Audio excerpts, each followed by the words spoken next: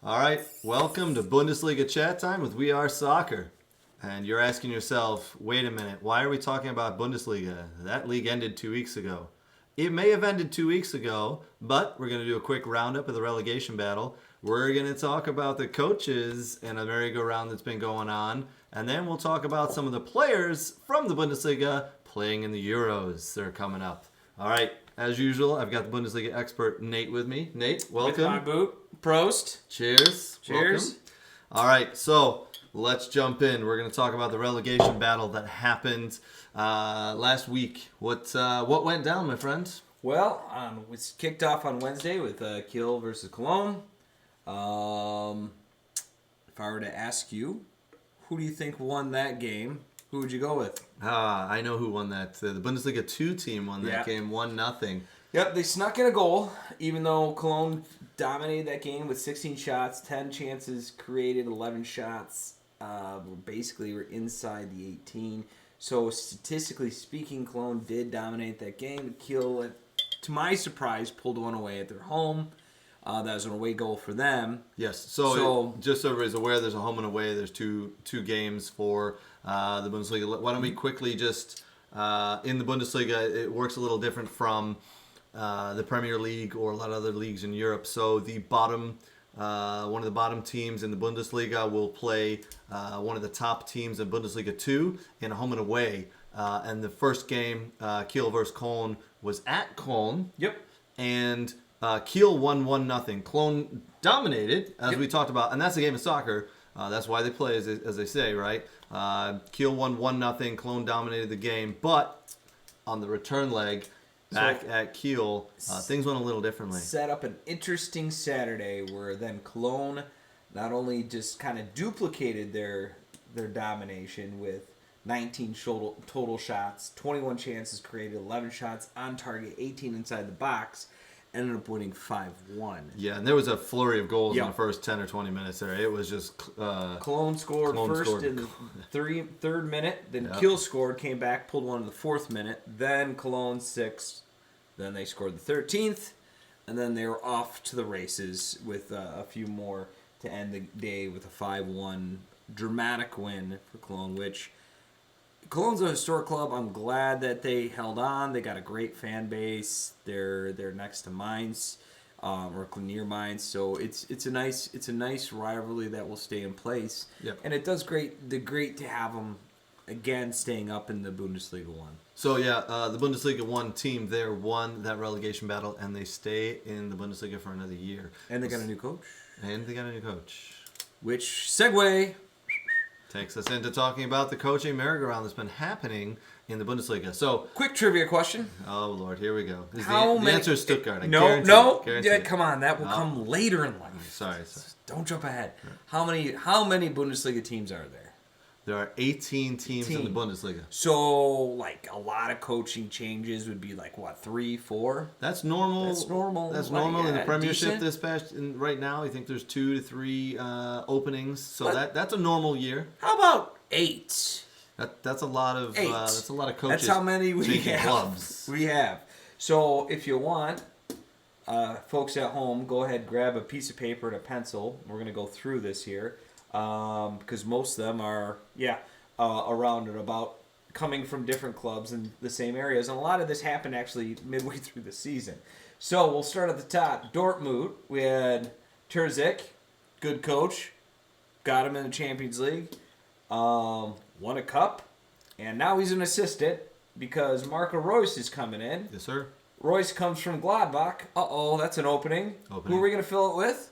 Why not another German coach? Hunter comes in. Hunter, though, comes from Frankfurt.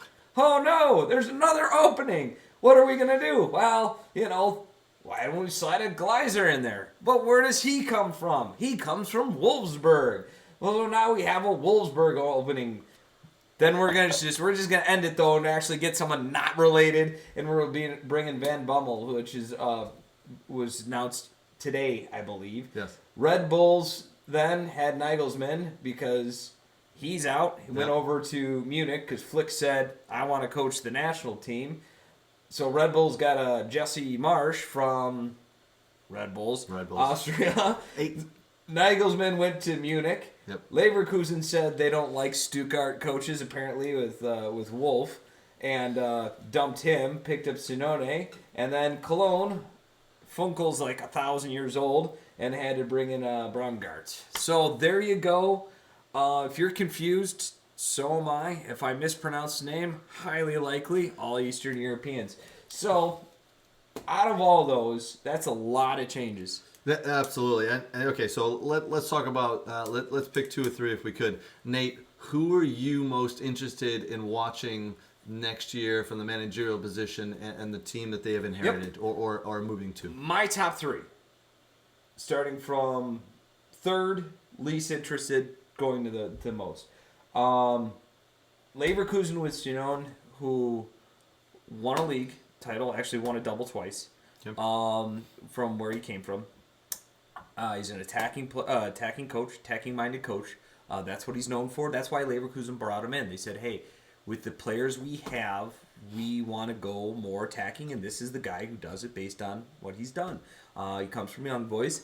They have some interesting players. Again, it all depends what happens here naturally in the transfer window, but if they keep guys like Leon Bailey, it could be an exciting team to watch. All right. So I'm interested to see what he will do with those players and how they will go forward. Number 2 on the list would be the Wolfsburg new hire, Van Bunnel, mainly because he's a Munich guy.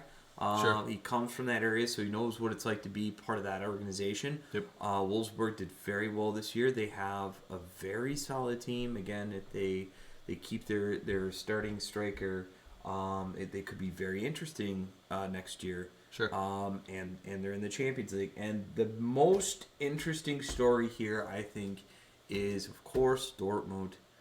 Not only for what Marco Rose has when he comes in, hopefully, I think most of those players, if not all of them, are going to stay. But with the fact his assistant was very successful, Right. doesn't appear to be going anywhere because all the positions now are all the head coaching jobs that he would have gone. For a second, I thought Terzic was going to go maybe Wolfsburg because it was open. But now that all the really glamorous positions are actually kind of filled, unless he jumps out of the Bundesliga, but it just doesn't seem like he will, you have an assistant that essentially turned the whole ship around this year, got him back in the Champions League, won a cup, and it's going to be interesting, one, how that dynamic works, and 2, to see if it works, how good it works. It'll be very interesting if they go through a little bit of slump early in the season, right? So if in the first couple of games they don't do so well, the soccer isn't quite as entertaining as the fans would hope. They don't get a lot of points. What happens? Do they dump Marco Rose and go back? What do they do? So that for me is interesting. That your top 3 is a pretty interesting top 3. Yeah, but not even going on the negative side. What if it works? What if Rose is the guy, the tactician with the X's and the O's, and Terzic is the guy, the motivator, the player motivator? And what if this is the chemistry that has Dortmund winning the league? We'll see. I mean, it's just interesting. I'm hopeful.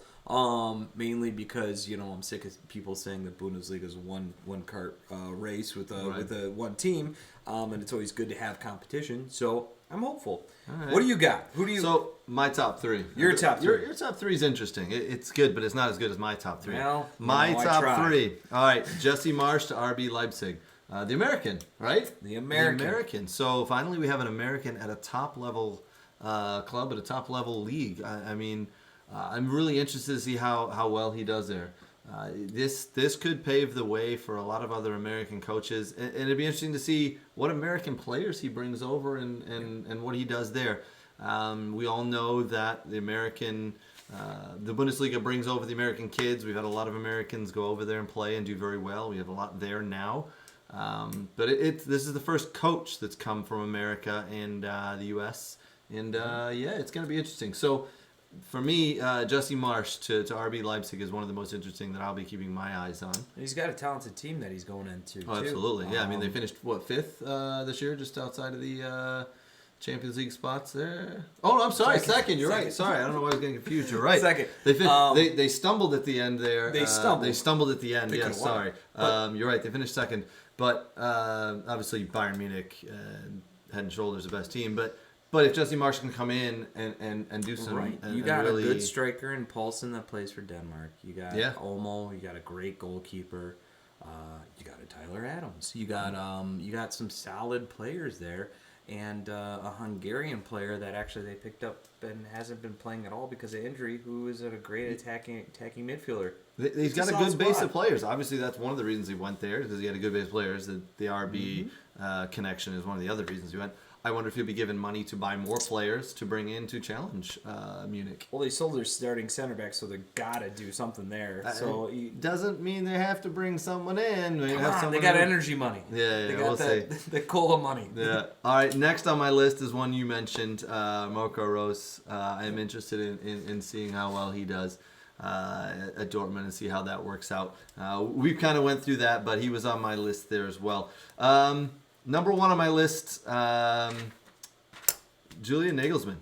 Yeah. I don't know if a lot of people know this, but he's only 33 years old. He turns 34 July 23rd of this year. 34 years old, and he's going to be managing one of the biggest clubs in the world. To be honest, there are players on that club, within that club and on that team that are older than him. They are, yeah. It's now age. Age shouldn't really matter, but he doesn't quite have that experience that you would expect. I mean, all right. I mean, I don't want to harp on about this, but a lot of the big clubs who we've seen in the last couple of months who swapped coaches. Carlo Ancelotti. We've got Zidane. We've got Conte. We got Allegri. Those are guys who've been in and around the game in the managing game for a decade or more. Those are big clubs bringing in experienced managers. You're bringing in Bayern Munich's bringing in a 33, soon to be 34-year-old manager. This is the first big club that he's ever coached. Mm-hmm. And imagine he's walking in, and he's going to tell Mueller how to play. A guy who's won 20-some plus trophies. Who's won a World Cup. Yeah. And if the change is too drastic, there could be pushback and there could be issues there. Yep. Hopefully he knows how to manage that situation. You have a board that's highly intrusive. So he is walking into an area that isn't really, I guess one could almost say, open to changes or dramatic changes. So hopefully he knows how to navigate that well. And that's one of the reasons the outgoing manager, Hansi Flick, left. Right, he was not getting along with the board. He wasn't quite. It was a tense situation, and you're losing 4 defensive staples. We talked about that last week. Yep. They're gone out. There's other rumors of other players possibly looking to change or jump ship and move on. So it's going to be an interesting situation. It'll be interesting on who they bring in as well, and how if he goes with the system change, or if he goes with how that's going to go about and the way it's going to go about. And you do have some aging players too that are getting towards the tail end of their career as well. He's got some big decisions to make at that club. He's got to bring in some defenders. He's got to bring in some, got to shift some of that dead weight. And he's got to spend some money because, again. There's RB Leipzig, there's Dortmund. They're breathing down Munich's neck. Stuttgart. And Stuttgart. What? They finished. Okay, don't worry about it. 10th. Okay. Yeah, but it was a close 10th. It was an absolute close 10th. You're right. You're absolutely right. So they've got to spend some money to keep that number one position there. Oh, yeah. What players that need to come in there? I don't want to cut you off, but I want to segue into players from the Bundesliga that we're looking forward to playing the big tournament that starts in a week and a half. The Euros, the 2020 Euros, which are being played in 2021.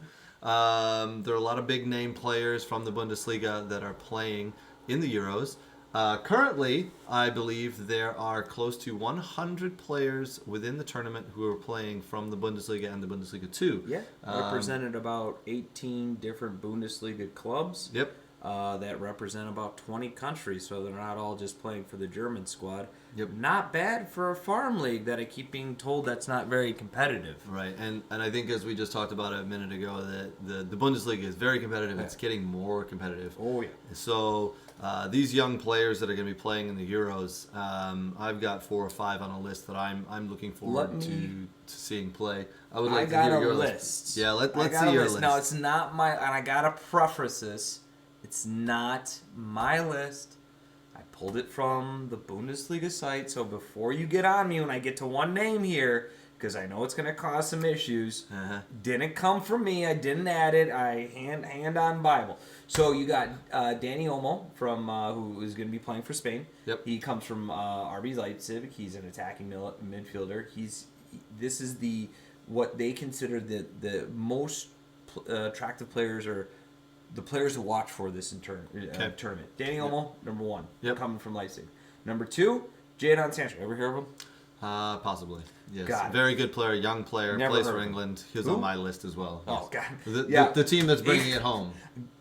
Bringing what home? We'll just continue. Did on they there. ever have a home for it? Anyways, England, plays for England, is on Dortmund squad. Yep. Benjamin Pavard, right back, plays for Munich. He's on France. Fun fact about Pavard, do you want to guess what club he came from originally? Starts with an S, ends with a Stuttgart. Heck yeah, Stuttgart, baby. Anyways. I believe he's one of the starters, too. I don't think he is. No, he is. Starter He won the World Cup with France. Yeah, he was on that World Cup that's a big-time player right there. No, he is. For He's sure. a solid right back. He's very athletic, very good. It was a sad loss, but he's a starter for Bayern. You got Andre Silva, who was one of the top 4 strikers in the Bundesliga. He's playing for Portugal out of Frankfurt. You got Galasic and Oberon, 2 Hungarian players, which I don't know about you, but this Germany, Portugal, France, Hungary, to me, that's the group of death right there. And I think Hungary is one of those teams. I know we're segueing here a minute, but I think Hungary is one of those teams that they could be sneaky. They're better than what people think. Anyways, and that's because of these 2 guys. Because Galasic, the goalkeeper, was actually very good. Oberon is a very solid center back, both playing for Leipzig. Andreas Kremric is a Croatian striker out of Hoffenheim. He should be probably a starter for Croatia as well, based on how good he did. I think he was one of the top 5 goal scorers, top 6 goal scorers as well for the Bundesliga. And then Sasha Kalesic, Australian striker out of Stuttgart. That's right. This guy is one to watch. Only merely not because he plays for a fantastic team, but being on Austria, they have some players in the midfield that can get him the ball. Yes. He's a 6'6" forward who's highly athletic. So he sticks out like a sore thumb. He absolutely does. He played was it yesterday against England in a friendly. Yep. He's got pretty good feet for a big man. Sort of Peter Crouch-esque. That nice quick touch, good in the air. Yesterday he was kind of bullied a little bit by Tyrone Mings. You want to guess where Tyrone Mings plays? In England. But for who? An English team? The best, yes. Oh! Aston Villa, yes. So they took a charity case. Oh, no. Oh, no. He's good? He's going to be starting, son. So he's going to leave. So, but your Stuttgart player, he did stick out like a sore thumb. He has very good feet. He's good in the air. He is one to watch. I will agree with that. If you watch the Stuttgart highlights, and he is one in the top 10 goal scorers, too, in the Bundesliga. Yeah. And a lot of those goals come from crosses and just pinging him off his head or off his foot. He is highly athletic for a guy his size. He is. Like, surprisingly athletic. Imagine like a younger, basically Peter, tall Peter Crouch. Peter Crouch. I want to say Czech. It's a more athletic Peter Crouch, but playing for a little bit more filled out. Peter Crouch is very skinny. Yes. Those were the top players, and there's some interesting things there because a lot of these guys did very, very well in the Bundesliga, as I said. Whether they're part of the top goal scorers or not. So usually if you have a solid Euros, or solid World Cup or solid international tournament, because now everyone's there, everyone's watching, all eyes on you, and you had a solid club league year. That could lead to some very interesting selling of players. And there's some players on here, Kramnik, Silva, even Sancho, that could be on the move based on how it goes. Now, that was the Bundesliga's. I got two that I really like personally. You go ahead and add your two before we go through my list. My two that somehow didn't make this list, and I don't know why, but whatever, is actually Gnabry. Yep. Winger forward out of Munich. This is his Serge I Gnabry. I believe it's his first international tournament with Germany, the first time with him. I think I'm looking to him to be the breakout player. I could see this being the tournament that he jumps out at. Sure. And then Wout Weghorst out of Wolfsburg for the Netherlands, who this is his first call up. He did so well, and he ranked, I think, third in top scores for the Bundesliga as a forward this year. He got late added to the Netherlands, first time. He is in tears, emotional being added, because that was his goal and dream, was to be able to jump on this team. So it's an amazing accomplishment for him, being able to jump in and being able to get that opportunity. And he is a very good forward, and I could see him also being a very interesting breakout player on that Netherlands team. So, some great players to keep your eyes on there. The Euros start in about a week and a half. The first game is Friday, June 11th. 10th, sorry. Maybe it's 11th. So, players to keep your eyes on. Just quickly off my list, I got some kind of a bigger name players there. Jadon Sancho, yes, you put him on your list. He falls on my list as well. Oh, yeah. Played at Dortmund for the last couple of years. Young English wide midfielder. Quick. Can score some goals. Scored some really good goals for Dortmund this past year. Well, you in could the tell, Bundesliga, and you could tell when he played for Dortmund, they were a better team and a different team. Absolutely, they were. He was out for an injury, and that was when it was a little bit of a slug for them. Then they came back, and that's when they really had that push with him jumping on, and he was part of that push, intricate part of that. Yeah, push. absolutely. He scored to a brace in two consecutive games to really get them into that Champions League spot. So Jadon Sancho. The rumor's been there for a couple of years, year and a half now, for with his big money move to potentially to Man United. Yep. We'll see if that happens. The other young Englishman I want to keep my eye on is Jude Bellingham, another Dortmund player, former Birmingham City player. We won't mention Birmingham City, but former Birmingham player there, moved to Dortmund, has been there, and has had a hell of a year. 17 years old. When he played this past year for Dortmund, he ran the midfield for that team. It was unbelievable to see a 17-year-old running the midfield for a team. And when they played in the Champions League against Man City, it was outstanding.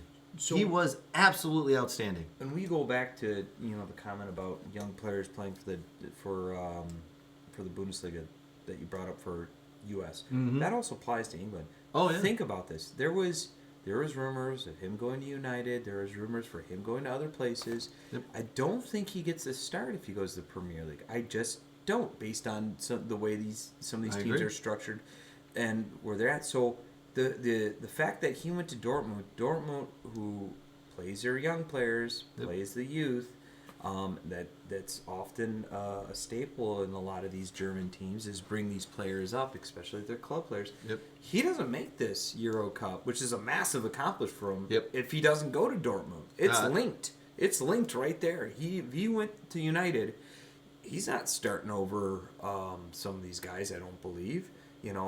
Okay, we could always play that game. Do we really know? I don't know. But I don't think he gets that start over these players. He goes to Dortmund, he gets the start, and now his career is on the uprise. Skyrocketing. Yeah, I completely agree. If you're a young English player that's struggling at Chelsea or struggling at City or one of these other clubs, and you see this, you gotta look to that and go, maybe I can make that jump too. Yeah. I mean, it speaks volumes for these young players in the U.S. and in England. to make that jump into the Bundesliga and play with these teams and get playing time and actually make a difference. And then start making these big tournaments like the Euros and the World Cup. And that's in a 10-month time frame, too. Yeah. During a pandemic. Yeah. It's not like he was been there for 2-3 years. Right. And no, 10 months. Yep. Got his time in, excelled, performed, got the start, now playing for England. Agreed. There will be a big money move for him in the next couple of years, absolutely. And Dortmund are set to make a bundle for him. Other people on my list, one we've mentioned earlier, not a young player, but just an accomplished player who I'm really happy to see in the fold still. One Thomas Müller. I love watching him play. Scores some good goals, but man, just a workhorse of a player. I think he makes any team he plays for better, whether it be Germany, whether it be Bayern Munich. He is the player to lead the charge for me. I love watching him play, and it's not, for lack of a better term, it's not sexy football. It's not sexy soccer. It's just down and dirty, grinded out, competitive. He is a competitor and just loves to win. So I'm interested in watching him play and see the contribution that he's going to have in this Euros. And last on the list, I think everybody in the world was going to have eyes on this young fella, the 20-year-old Erling Haaland. We'll see how he does. Never heard of him. No, neither have I. Okay. I picked that up off some blog somewhere. Yeah, I don't know. No, I think it should be interesting. And again, I still think he stays at Dortmund one more year. Absolutely. I think we're agreed on that for sure. And I think the destination is not the Premier League. I think he's going to Spain. That's my prediction. If he goes to Spain, I hope it's in another year or two. And like we've talked about many times, if you've watched our Bundesliga chats here, I think we're both on the same page and saying hopefully he stays at Dortmund for another year and we can see that team grow. And hey, who knows? If they finished first or second next year, maybe he stays for another year. Maybe he stays a bigger contract. I don't know. How they do in the Champions League? We'll see. Yeah, we'll see. What's that impact with the new coach? What's that impact with the caretaker, or not caretaker, former caretaker manager, now the assistant? So it'll be interesting to watch. So Euros coming up. I think next week's Bundesliga chat time will focus on some more of the players playing, some of the teams in the Euros, and a lot more that's coming up, because that's going to be a fun tournament that's going to last a solid month. One other item I'd like to chat about with you, Nate. A player who is a Dortmund player, a young American player, has just been told that his club Dortmund will not be letting him play for the USA in the Gold Cup this summer. The Gold Cup is here in the U.S. and it runs July 10th through the 31st, with the final being July 31st in Las Vegas. A young Claudio Reyna, 18 years old. Yeah, apparently the Dortmund execs came out and said they want him back July 1st for early training camp. I mean, he's got a new coach. They got also the Super Cup August 17th. That kicks things off, let alone, match play that starts in, August 1st, or August 13th, sorry, which kind of runs right where the Gold Cup is, right? If you were to stay. And honestly, I hate to say this, I think you're going to have a problem here, or the U.S. national team is going to have a problem here.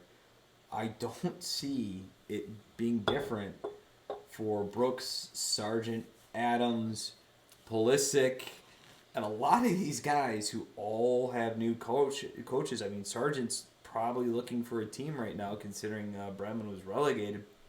Brooks will have a new coach. Adams is going to have a new coach. Pulisic has UEFA Super Cup August 11th. Premier League that starts August 14th. He's trying to carve out spots. Yeah.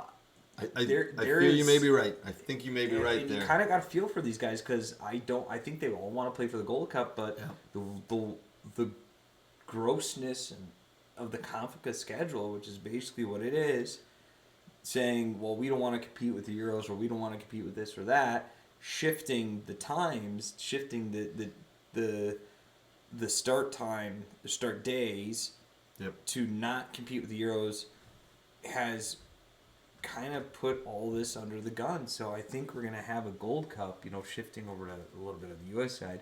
Unfortunately, and I hate to say it like that because I like MLS a bit, But unfortunately, you're going to have a Gold Cup that probably is going to be MLS dominant. It's going to be MLS dominant for sure, absolutely. All these European players are going to get called back. And, I mean, Dortmund pulled the good switch first.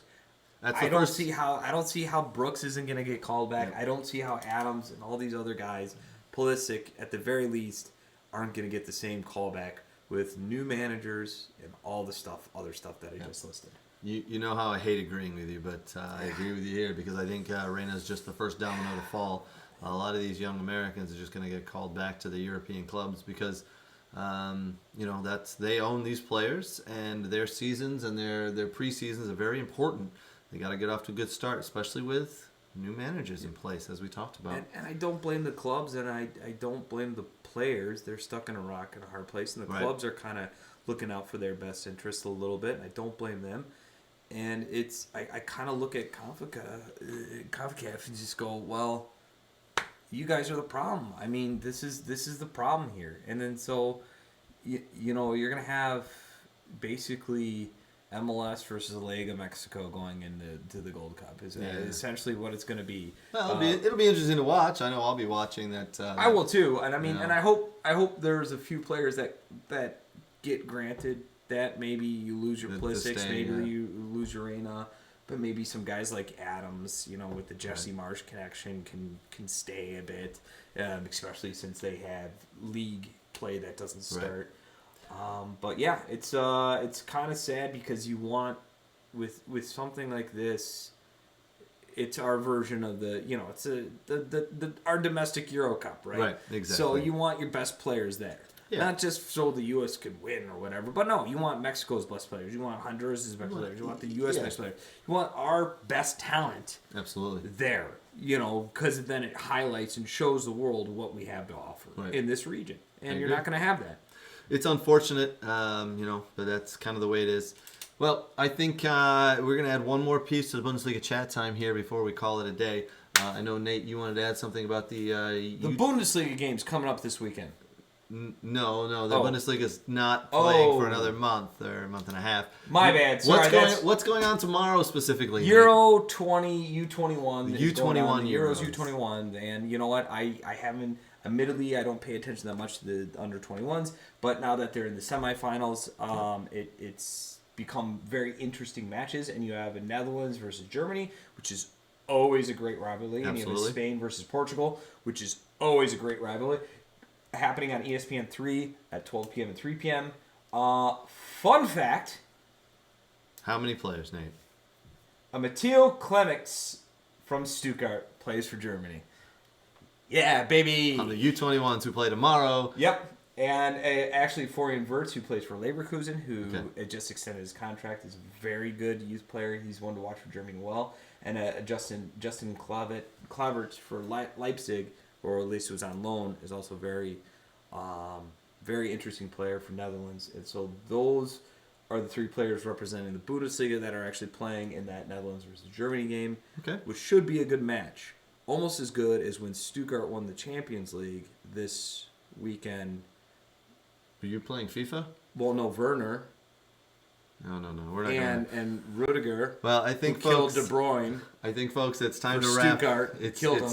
It's time to wrap up another Bundesliga chat time. As you can see, we're out of beer, so it's time to get another beer. Thanks for joining us. Enough. Yeah, we'll be back next week when we discuss the upcoming Euros, a lot of the players again, and a lot of the games coming up. We'll also dissect the squads for Germany and England and one or two of the other nations as they begin the kickoff of that major tournament.